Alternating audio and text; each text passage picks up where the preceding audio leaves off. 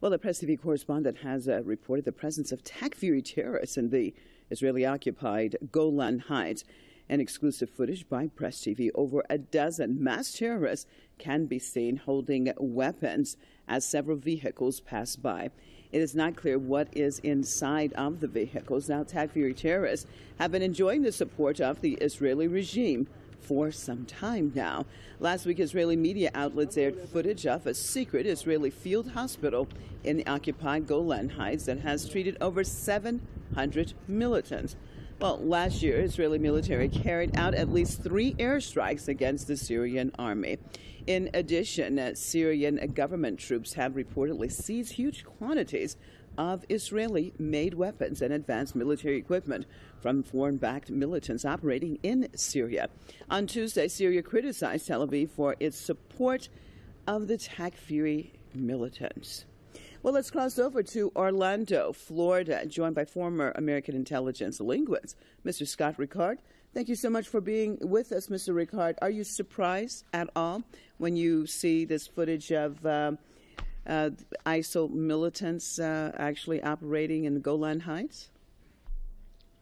Thank you for having me, Marcia. No, I'm not surprised.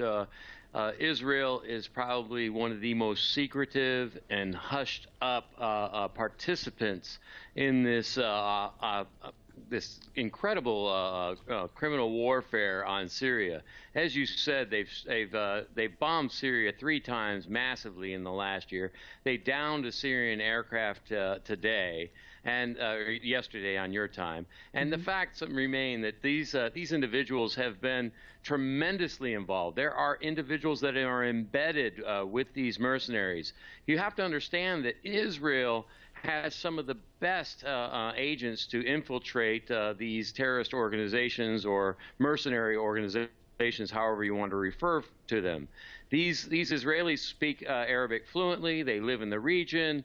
They work among these terrorists or these mercenaries, and they train them. They actually decide who is going to come and who is going to go. Some of the strategic strikes that are being made today by the Americans, by the Qataris, by the United Arab Emirates, the Saudi Arabians, the participants in this bombing raid are bombing specific targets that have been basically defined by the CIA, the Mossad agents, everybody on the ground who are embedded with these mercenary forces that have been put together by the West. So, no, I'm not surprised. The Israelis have been supplying weapons. They've been getting aiding and abetting and working on them in their hospitals. This is sickening, and by far the West has omitted Israeli involvement. They focus on Saudi involvement, they focus on Qatari involvement, but they ignore Israeli and Western and even Turkish involvement.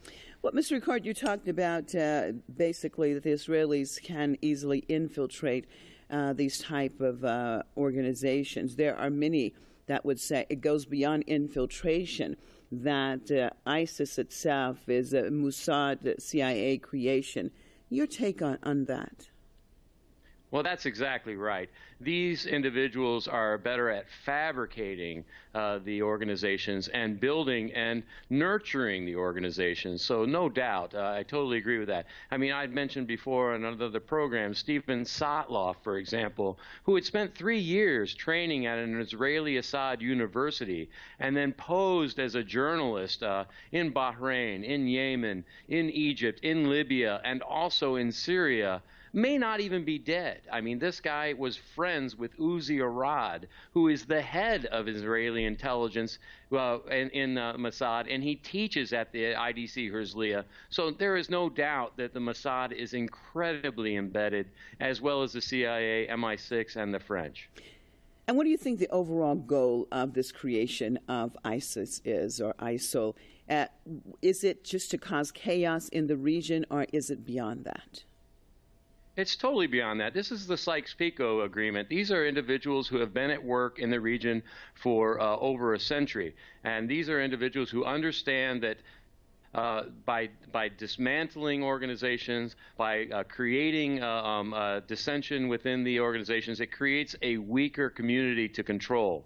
These are individuals who understand that there are obviously assets when it comes to ports in Syria, when it comes to pipeline potentials coming out of Iraq, when it comes also to societies. Societies are a resource. The Kurdish regional government, the Kurdish mountains, this is an organization that the West has been trying to negotiate with and build a coalition with for over 30 to 40 years, and this is an organization that has become pretty much their ally in basically fighting this fabricated force that was put together in order to create the, I guess, the need that they could propose into the media, and so on and so forth. We've seen again a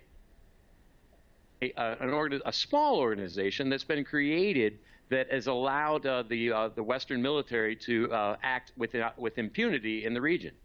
All right, thank you so much for being with us, Mr. Scott Rickard, out of Orlando, Florida, former American intelligence linguist. Appreciate you being with us.